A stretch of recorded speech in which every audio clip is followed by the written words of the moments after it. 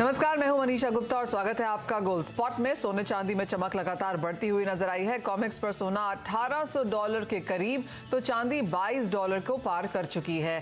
साथ ही base metals ने भी तेजी की रफ्तार पकड़ी है। क्या है तेजी के कारण, ऐसे में आपको क्या रणनीति बनानी चाहिए, क्या कुछ आगे बाजार एक्सपेक्ट कर सकता है, इन सभी पहलुओं पर बात करने के लिए हमारे साथ जुड़े हैं इब्जा के director Surendra Mehta, metal focus के प्रिंसिपल कंसल्टेंट साउथ एशिया चिराग शेठ, साथ ही IIFL सिक्योरिटीज के अनुज गुप्ता और ट्रस्ट लाइन सिक्योरिटीज के राजीव कपूर भी हमारे साथ यहाँ पर हैं।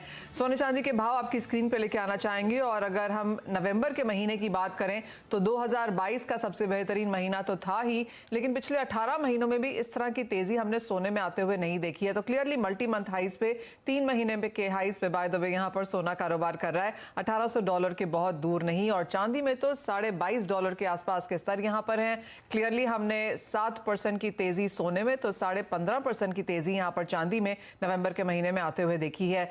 सबसे पहले तो राजीव, कैसे देखते हैं इस बढ़त को? सोने से ही शुरुआत करना चाहेंगे। क्या है व्यू आपके प्राइसेस को लेकर और दिसंबर का महीना कैसा रह सकता है?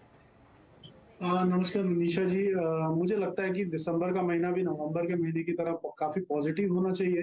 अगर मैं नवंबर के महीने की क्लोजिंग की बात करूं तो आई थिंक सबसे स्ट्रॉन्ग बुलिश कैंडल भी देखने को मिलती है मंथली चार्ट पर। और मंथली क्लोजिंग की बात करूं तो इंडियन मार्केट में अभी तक जो मंथली क्लोजिंग हुई थी वो 52,166 की हुई थी 2 मार्च 22 के बाद से। तो इस महीने जो हमने क्लोजिंग देखी करीबन 52,900 के आसपास देखी। तो आई थिंक एक मंथली चार्ट पर भी एक ब्रेकआउट दिख रहा है। तो मुझे लगता है ये ट्रेंड जो है कंटिन्यू करना चाहिए। कल का जो फेड चेयरमैन के जो कमेंट थे कि आगे इंटरेस्ट रेट को लेकर भी थोड़ा सा उनका रुख थोड़ा सा नरम दिखा, प्लस जिस तरह से इकोनॉमीज पर असर है बढ़े हुए इंटरेस्ट रेट का, उसका फायदा भी मुझे लगता है सोने को मिलने वाला है। और डॉलर इंडेक्स में भी हम थोड़ी नरमी देख रहे हैं। तो मुझे लगता है सबका मिला जुला इम्पैक्ट जो है गोल्ड पर पॉजिटिव रहना चाहिए। और इस महीने में मुझे लगता है कि एक बार गोल्ड जो है 54,000 के स्तर को इजीली क्रॉस भी कर सकता है। तो बाय साइड में ही लेके ट्रेड करना चाहिए। अगर मैं आज की सिर्फ इंट्राडे की बात करूं मनीषा जी, तो आज भी इसमें बाय का ट्रेड लिया जा सकता है अराउंड 53,300 के आसपास, 53,100 के स्टॉप लॉस से, और 53,650 का इसमें टारगेट रख सकते हैं। ऑलराइट, 54,000 के स्तर यहाँ पर दिसंबर के महीने में सोने में देखने को मिल सकते हैं। अनुज, आपका क्या आंकड़ा रहेगा? अनुज आप जी कि गोल्ड में हमने देखा है कि अगर आप दिवाली से ही देखेंगे तो टर्नअराउंड देखने को मिला था। इवन हमने देखा था कि 10 नवंबर के बाद से जो फेडरल बैंक थोड़ा सा एक स्लो पेस पे इंटरेस्ट रेट की बात कर रहा था, तो वहां से एक रिकवरी देखने को मिली थी। हमने देखा था कि करीबन $1,615 का लो गोल्ड ने बनाया था, और अब देखें तो करीबन 1780 के आसपास अब गोल्ड ट्रेड करता हुआ दिख रहा है ऑलमोस्ट। अगर हम एमसीएक्स की बात करें तो जो फरवरी कॉन्ट्रैक्ट है करीबन 53,400 के आसपास है। तो सेंटिमेंटल जो है वो यहाँ पे पॉजिटिव है। जहां पर हम पहले एक हॉकिश स्टेटमेंट देख रहे थे, इंटरेस्ट रेट बढ़ाने की बात हम देख रहे थे, वही अब यहाँ पे थोड़े स्लोअर पेस पर होता हुआ दिख रहा है। और जो फेडरल बैंक है वही अब अपनी स्टांस पर जो है वो पीछे हटता हुआ दिख रहा है। तो कहीं ना कहीं उसकी वजह से एक गोल्ड को सपोर्ट मिला है। और उसकी वजह से हमने देखा कि डॉलर इंडेक्स जो है वो करीबन 105 के स्तर पर आ गया है।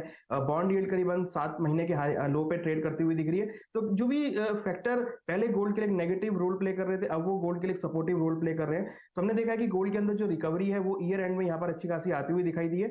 हमें लगता है कि अभी जो सेंटीमेंट बना है गोल्ड और सिल्वर के लिए वो पॉजिटिव रहेगा। और जिस तरीके से ट्रेंड यहाँ पर बना है, और साथ में हमने देखा है कि सेंट्रल बैंक्स की जो खरीदारी है उसने काफी अच्छा यहाँ पे सपोर्ट प्रोवाइड किया है। तो सेंट्रल बैंक्स की खरीदारी और जो डेटा पॉजिटिव आते हुए दिखाई दिए उससे काफी हद तक गोल्ड को सपोर्ट मिला है। हमें लगता है कि गोल्ड के अंदर अभी जो ट्रेंड रहेगा वो पॉजिटिव रहेगा। जल्दी ही हम $1800-1820 तक के लेवल आपको इंटरनेशनल मार्केट में आते हुए देखने को मिल सकते हैं। और हमें लगता है कि डोमेस्टिक मार्केट में हम 54,000 तक के लेवल गोल्ड में आते हुए देखेंगे। सिमिलरली अगर सिल्वर की बात करें तो यहाँ पर भी हमें लगता है कि ऑप्टिमिज्म कंटिन्यू है। जल्दी ही हम 65,000 से लेकर 67,000 के लेवल आपको सिल्वर में देखने को मिल सकते हैं, और $23 से लेकर $24 तक के लेवल आपको सिल्वर में भी देखे जा सकते हैं। तो गोल्ड सिल्वर का जो एक सपोर्टिव फैक्टर्स हैं वो यहाँ पर अच्छे रोल प्ले कर रहे हैं। और हमें लगता है कि आने वाले 2023 के अंदर हम अच्छी खासी रिकवरी गोल्ड में अगेन आती हुई देखेंगे।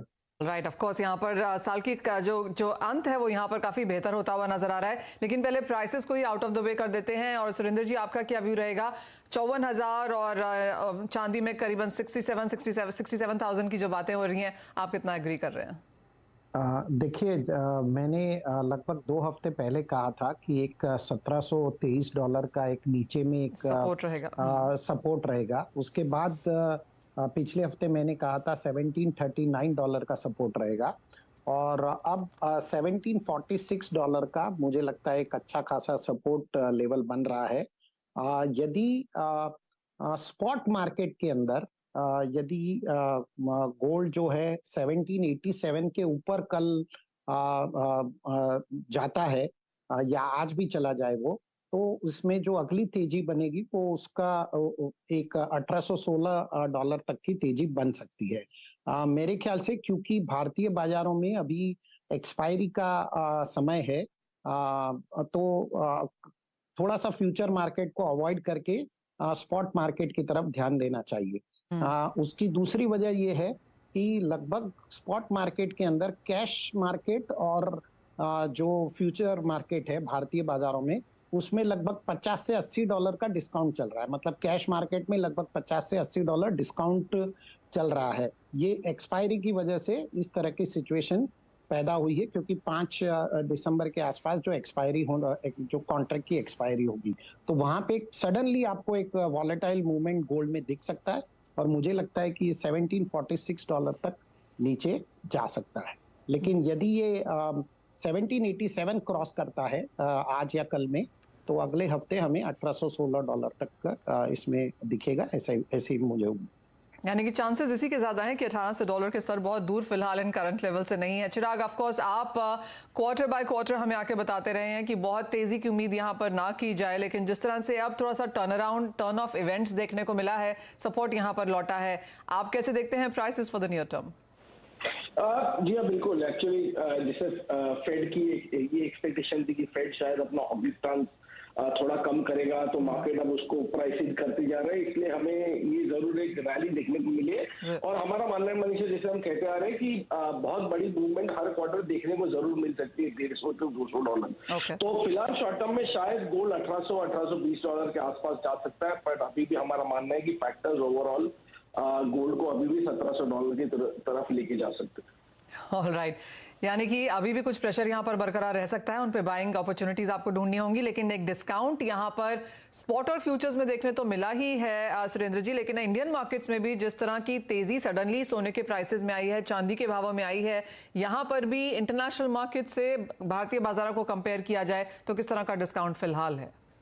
जी बिल्कुल, जैसे मैंने कहा कि भारतीय बाजारों में बहुत ज़्यादा डिस्काउंट है और इस डिस्काउंट की वजह MCI जो भारतीय कमोडिटी एक्सचेंज है उनकी एक्सपायरी है। और जिस प्रकार से कॉमेक्स की जो चाल चल रही है, यदि आप कॉमेक्स में ही देखें तो उनके स्पॉट प्राइस और फ्यूचर प्राइस में लगभग $17-18 का डिफरेंस है। सो ये बहुत ज्यादा डिफरेंस होता है। नॉर्मली ये जो डिफरेंस होना चाहिए ये $4 से $6 का होना चाहिए। अगर इतना ज्यादा डिस्काउंट है तो हमें थोड़ा सा करेक्शन इसमें जरूर मिलेगा, लेकिन ये शायद करेक्शन हमें अगले हफ्ते दिखाई देगा, इस हफ्ते दिखाई। ऑलराइट, ऑल्सो चिराग, अगर हम डिमांड की बात करें तो इतना जो प्राइस मूव सडनली आया है भारतीय बाजारों में, क्या शादी की खरीदारी उस वजह से थोड़ा सा हिट लेती हुई नजर आई है? जी बिल्कुल मनीषा, बट अगर हम देखें तो धनतेरस और दिवाली के बाद थोड़ी बहुत जरूर एक जो डिमांड में जो तेजी आई थी वो जरूर एक हद तक स्लो डाउन हुई है। और उसके बाद जैसे आपने कहा कि जो प्राइसेस बढ़े हुए हैं डोमेस्टिक मार्केट में, तो उसका भी जरूर खामियाजा देखने को मिला। और हमारा इसलिए मानना है कि शायद ज्वेलरी डिमांड अभी भी थोड़ी बहुत स्ट्रांग है, इन्वेस्टमेंट डिमांड अब काफी हद तक स्लो हो चुकी है। ऑलराइट, तो ऑफ कोर्स यहाँ पर इम्पैक्ट पड़ा है, प्राइस में वॉल्टिलिटी बहुत ज़्यादा है और जो खरीदार हैं वो हमेशा ये चाहते हैं कि थोड़ी सी स्टेबिलिटी यहाँ पर भावों में मिले। खरीदारी का मौसम है, सीजन तो अभी भी यहाँ पर जारी है ही, लेकिन ऐसा भी है भारतीय बाजारों में अगर हम देखें धीरे धीरे यहाँ पर बहुत सारी कॉन्वर्सेशंस बढ़ती हुई नजर आती हैं कि बजट करीब है, तो जो दिल्ली में बातचीत है या फिर जिस तरह की रिप्रेजेंटेशन यहाँ पर सरकार को जाती हैं उन सब की भी बहुत ज़्यादा बात है। चिराग, आपसे ही जानना चाहेंगे, जिस तरह की बात यहाँ पर की जा रही है कि जो लॉन्ग टर्म कैपिटल गेन्स हैं उसकी ड्यूरेशन यहाँ पर गोल्ड के हिसाब से एट पार रियल एस्टेट पे की जा सकती है, आपने अगर वो कॉन्वर्सेशन सुनी है और आपका कोई व्यूज पर? देखिए मनीषा, मुझे नहीं लगता है इसका कोई मटेरियल इम्पैक्ट वैसे डिमांड पे या इंडियन मार्केट पे वैसे दिखने को होगा। हाँ, जरूर एक होगा कि gold is now being considered as a security which is a good thing in the long term, but मुझे शायद इसका कोई बहुत ज्यादा इम्पैक्ट नहीं लगता। एक जो मेरा एक्सपेक्टेशन शायद बजट से वो कि जो आज डोरे और रिफाइंड गोल्ड के बीच की जो ड्यूटी डिफरेंशियल 0.65% है, क्योंकि सेपा आने के बाद शायद थोड़ा बहुत इम्पैक्ट हो सकता है, तो उसको शायद 1% अगर सरकार बढ़ा दे तो इंडस्ट्री को जरूर फायदा होगा। ऑलराइट, एक और चीज़ जो बहुत कॉन्वर्सेशन में है सुरेंद्र जी, वो ये कि सोना खरीदने के समय जिस तरह के I mean of course wealth tax तो अब यहाँ पर है ही नहीं, लेकिन कितना सोना खरीदा जाए, कैसे है, पैन कार्ड है, ये हमने बहुत सालों से यहाँ पर चलते हुए देखा है। एक चीज़ जो डिजिटल करेंसी जो आज सरकार ने, आज आरबीआई ने यहाँ पर लॉन्च की है रिटेल के लिए, पायलट रन ही सही इसका अभी, लेकिन एक बात बड़ी क्लियर है कि आपने सेविंग्स अकाउंट से जब अपना पैसा अपने ई वॉलेट में ट्रांसफर कर दिया, उसके बाद आपने उसको कौन से पर्स में डाला, किस मर्चेंटाइज को दिया, कैसे निकाला, उसकी कोई भी, उसकी कंप्लीट एनोनिमिटी है, वो कोई भी आप उसको ट्रेस नहीं कर सकते हैं। माना यह भी जा रहा है कि सोना खरीदने के लिए, डायमंड खरीदने के लिए शायद अब इसका आगे जाके उपयोग हो पाएगा। क्लियरली बहुत सारे लूप होल्स की बात यहां पर की जा रही है। देखिए मनीषा जी, हमें ज्वेलरी इंडस्ट्री को खास तौर पे समझना होगा कि भारत में जितने भी एसेट क्लास हैं वो सारे एसेट क्लास कहीं ना कहीं रजिस्टर होते हैं। जैसे हम प्रॉपर्टी खरीदते हैं तो रजिस्ट्रेशन कराते हैं, हम गाड़ी खरीदते हैं तो उसका रजिस्ट्रेशन होता है, तो सरकार के पास उसका ट्रेल जाता है। जब आप शेयर खरीदते हैं तो आपके डीमेट अकाउंट में शेयर जाते हैं तो सरकार के पास उसका ट्रेल है। जब आप गोल्ड खरीदते हैं तो सरकार के पास उसका कोई ट्रेल नहीं है। तो मुझे लगता है कि यदि सरकार कोई ऐसा स्टेप उठाए तो उसमें कोई गलत भी नहीं है, बिकॉज यदि डिजिटल करेंसी के थ्रू ही मान लीजिए एक सर्टेन अमाउंट के ऊपर ज्वेलरी की बाइंग को यदि सरकार प्रिस्क्राइब करे तो ज्वेलरी इंडस्ट्री को इसके लिए तैयार रहना चाहिए, क्योंकि बेसिकली इससे सरकार ट्रेल एस्टैब्लिश करना चाहेगी।